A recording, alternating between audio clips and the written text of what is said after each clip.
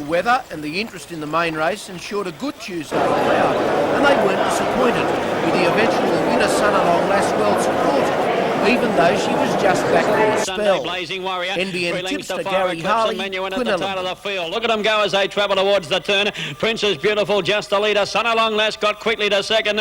Third, Vicello followed on the outside by Claude Zacks, Wings Commando, Slave Trader, Motto. Out wide as Lunch on Sunday, Blazing Warrior, well back Menuhin and Fire Eclipse. They've got 250 to go. And this very good filly, Sunalong Lass, has raced to a clear-cut lead, 150 to go. She does look all over a winner. She's 4 in front and going strongly. Wing Commander, Slave Trade running on with Motto. But she bolts in Sunalong Lass, 4 lengths. In second place, Wing Commander, Slave Trade, I think third, just in front of... Sunalong Lass has now won 8 times from just 12 starts. She's trained locally by Terry Drayton and owned by John Hawkins, so it was a popular win. Hello, thank you.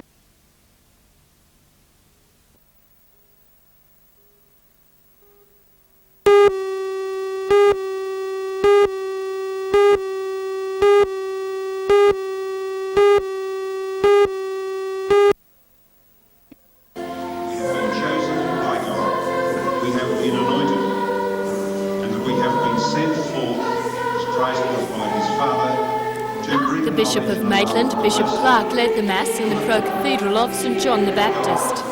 During the Mass, oils are brought to the altar by members of the congregation for blessing. The oils are then taken back to the parishes by the priests. There they're used throughout the year for baptismal and confirmation ceremonies and to anoint the sick. Priests from throughout the Diocese of Maitland also renewed their commitment to the priesthood at last night's Mass.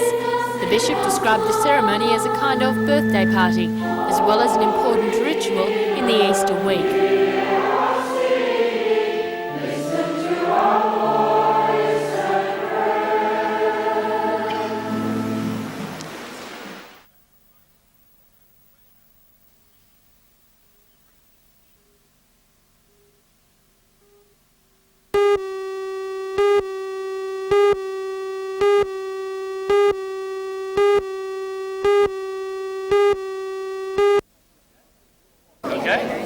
Dr. Michael Gore believes he is in the business of demystifying science.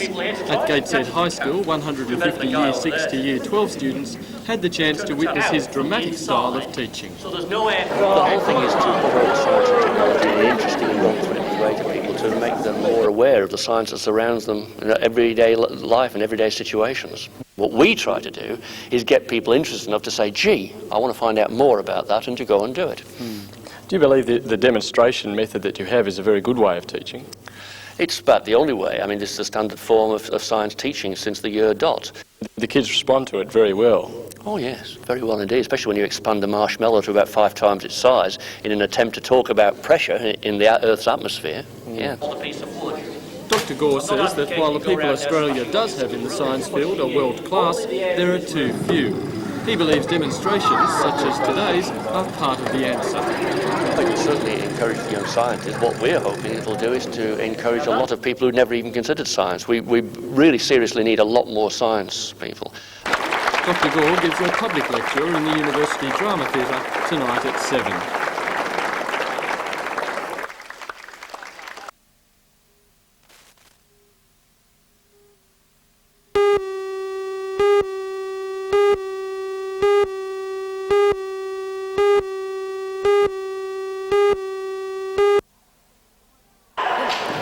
After 7 rounds of competition leading up to today's finals, Francis Xavier's number 1 team was ahead on the point score.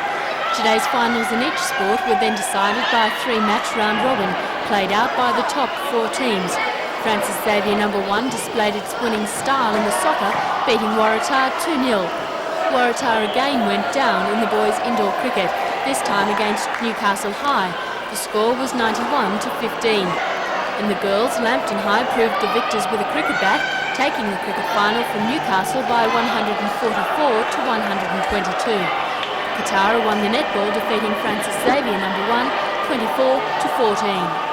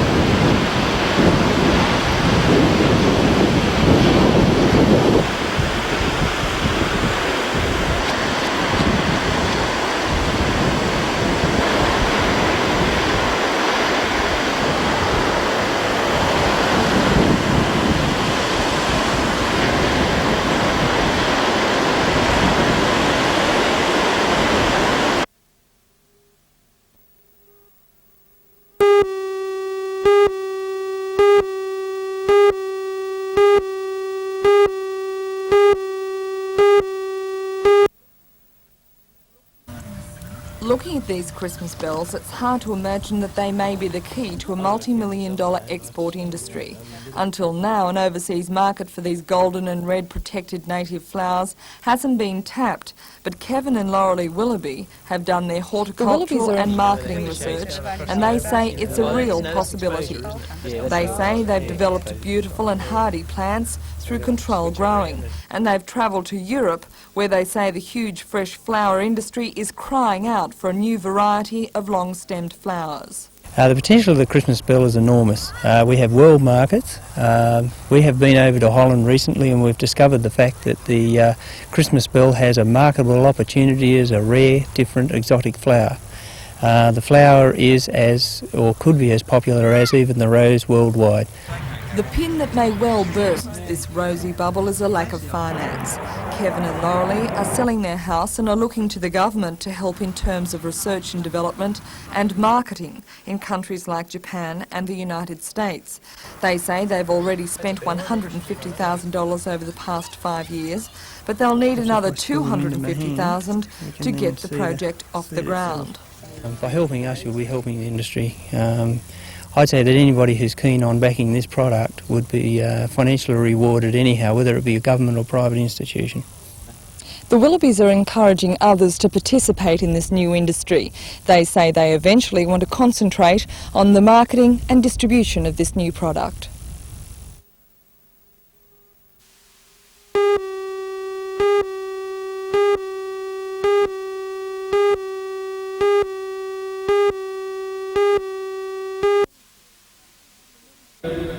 For many Christians in Newcastle, part of this Good Friday was spent in church.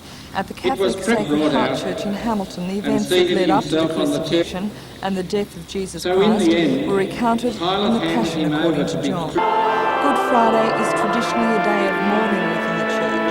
It's the day that Jesus lost his battle with the Roman administrators and was executed for preaching doctrine contrary to the Jewish leaders. But according to the church, Christ did not die in vain.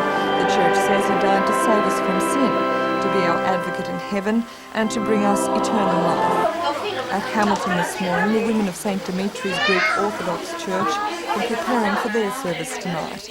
For the past 30 years in Newcastle, a symbolic tomb is made, in keeping with the centuries-old Greek tradition. The white flowers represent purity and the red, blood.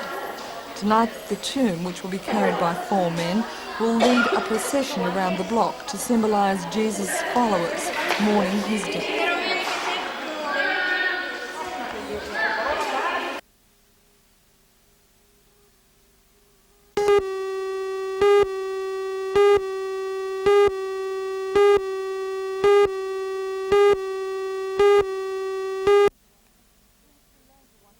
In Sri Lanka, 107 people are dead and 60 have been injured after gunmen opened fire on 3 buses and 2 lorries in the northern town of Trincomalee. Survivors say the attackers wore uniforms with a tiger emblem. Although no one has claimed responsibility for the shootings, the government believes the Liberation Tigers of Tamil Eelam are to blame. The Tamils are fighting for the establishment of an independent state in the north of Sri Lanka, and 5,000 people have died in the 4-year fight. Argentina's President Alfonsine is calling on the Congress to declare a state of siege following a failed rebellion by a sacked army major. Ernesto Barrero has abandoned the garrison he took over 2 days ago and has fled to the northern town of Cordoba. Major Barrero is wanted by the government for human rights violations. Meanwhile, in America, 300,000 tonnes of garbage is being towed by barge down the east coast from New York. The garbage dumps are filled in the Big Apple, but it seems no one else wants to take the city's garbage. The barge has already travelled more than 3,000 kilometres and will stay afloat until a dumping site is found.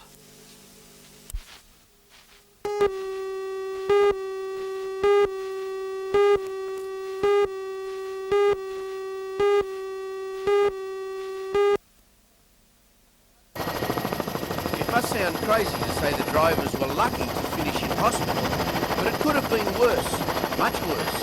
It was the first heat of the monohulls title when High Roller, driven by Robert England of Bilpera, was literally speared by Real Bullet 1 with Rod Archer.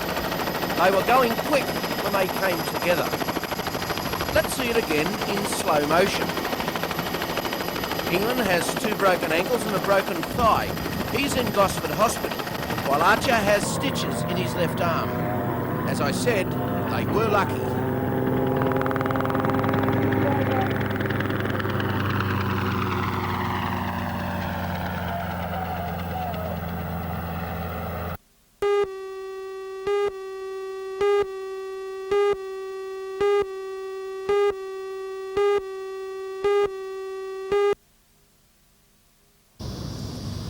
Ross, a former Australian champion of state champions, beat Joe Wilmot 31-24 to become the only bowler with a clean sheet. He finished with 5 wins plus 34. Ross will clash with McCabe from his neighbouring club, even though McCabe lost to clubmate Bob King 31-27 in the afternoon round. McCabe finished with 4 wins plus 30. 4 times winner of this tournament, Bob King of Bomaderry, made it to the second semi-final, winning Section 3 with 4 wins plus 40 shots. In Section 4, it was a 3-way battle going into the last round, with Waratah bowler Barry Solder holding the advantage. But he was beaten 31-17 by Cabramatta's Sam Lagusa, and Terry Harmer took his place in the semis. He defeated John Snell this afternoon 31-26 to clinch that spot. Harmer finished with 4 wins plus 16. The semis will be played tomorrow morning with the final in the afternoon.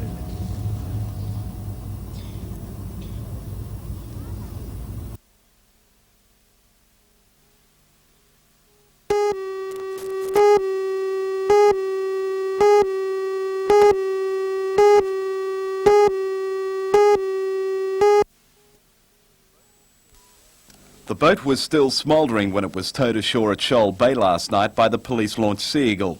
It's believed the dead man was from Tea Gardens and was aged in his mid-40s. According to witnesses, the boat exploded and burst into flames off Bundelba Island at about 4:15. Police scientific squad detectives are continuing their investigations into the exact cause of the fire. At first it was feared more people may have been on board, but a subsequent search failed to find anyone else. The trawler Pop's Last was one of the first vessels on the scene. Yeah, we just had a look for half an hour or so out where the boat looked like it might have blown up and it was drifted into shore a bit, so we just had a look around, but we couldn't see anything.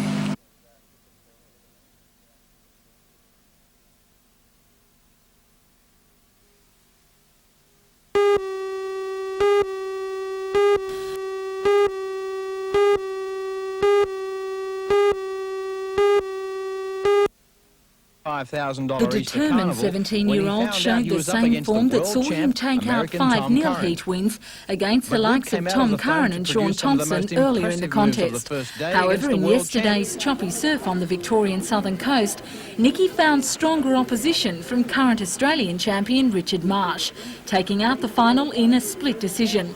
The judges awarded the championship to Nicky Wood 3-2 to make him the youngest ever winner of the Bells Beach event.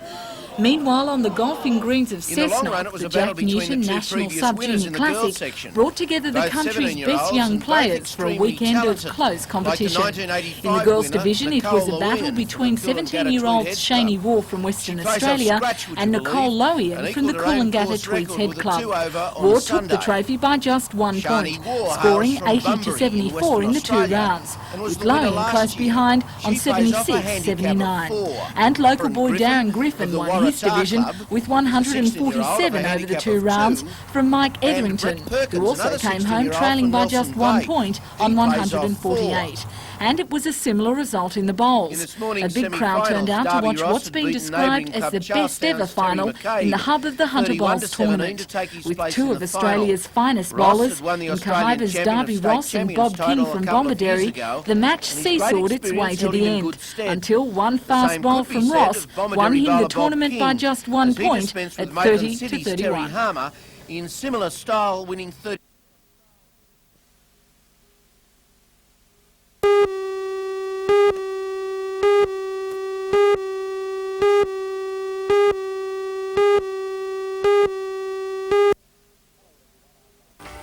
Hello everyone, I'm Mark Warren. Well, the 1987 wine harvest is almost completed, and here at Peterson's Winery at Mountview, the vintage is being heralded as one of the best. For all the news, join us tonight at 6.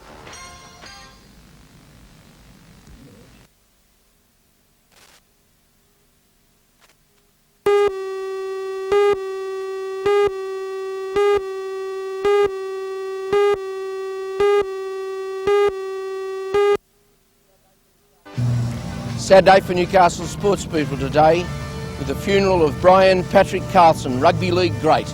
Suffice to say, they came from everywhere to see Carlo off. For all the news, join us tonight at 6.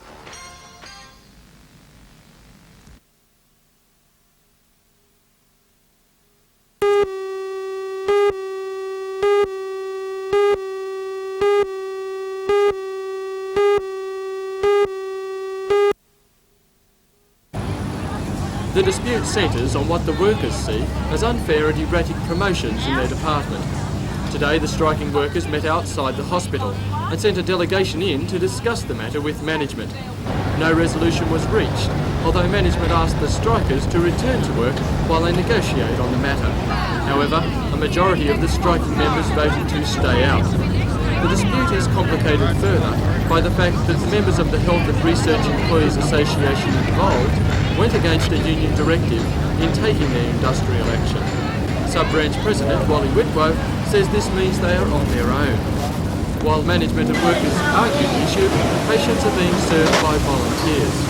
Margaret Smith has been here since 6 a.m. and says they are just coping. At the moment there are enough people here to cover what we're doing. We've been very busy, we've been flat out. The poor patients didn't get their dinner until much later than they normally get it. But they realise, and the patients have been complaining very much about the staff down here. Not the staff that attends to them, but the people that have walked out and left them flat. The food service workers are out on strike until at least tomorrow and will be calling on other sections of their union to join them.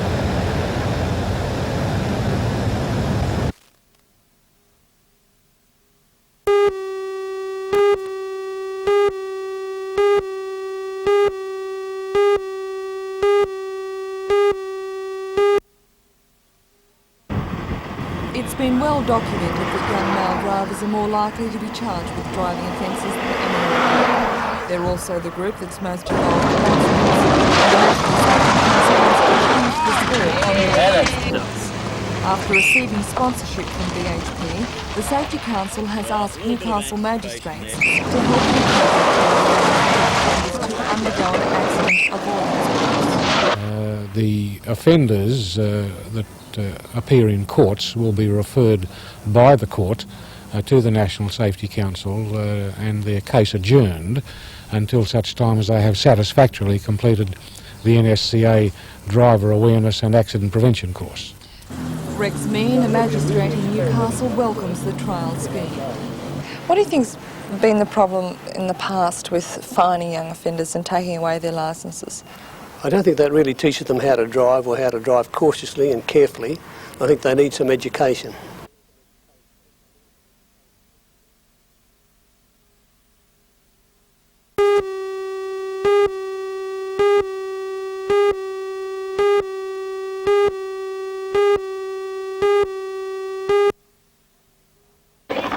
The body was found by 12-year-old Bruce Taylor and 9-year-old Anthony Tattersall at about 9 o'clock this morning, while the boys were searching for timber for a covered house along the banks of Throsby Creek. I thought there was a dummy, and then I told him to come over, and he said he thought it was a dummy too. Detectives and the scientific squad were quickly on the scene and the area was cordoned off. The Westpac helicopter was deployed to allow aerial photos to be taken of the body and its victim. Police say the murdered woman was found semi-naked with the bra that she'd been strangled with still tied around her neck. They also said that she'd been stabbed several times with a long, thin-bladed knife. All available police were brought in to search the area for the knife and any other clues to the murder. Divers also began the search of Throsby Creek late this afternoon. Detective in charge of the case, Sergeant Jeff Wright. Away from the body there was a pool of blood, a small pool of blood found, and from there was drag marks which led over to where the body was actually found. Do you believe she was murdered here? At this stage, our inquiries believe that she may have been murdered elsewhere. Is there any motive for this murder? No, not at this stage.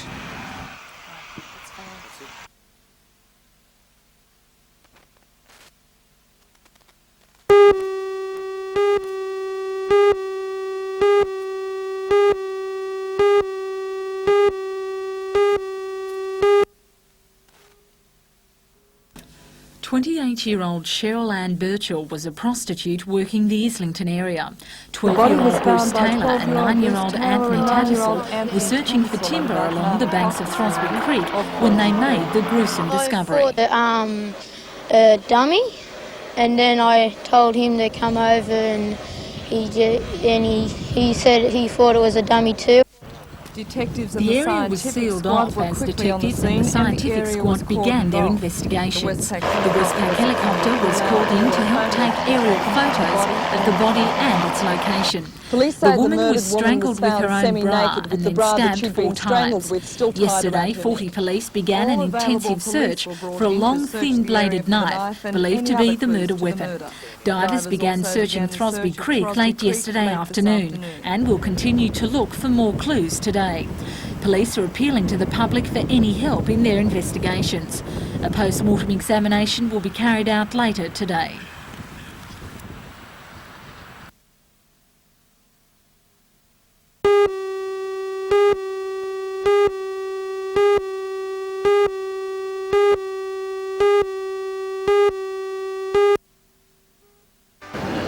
In tonight's news, the escort destroyer HMAS Torrens ties up for a short visit to Newcastle. The ship's crew are here to join the city's ANZAC Day commemorative march to be held tomorrow. For all the news, join us tonight at 6.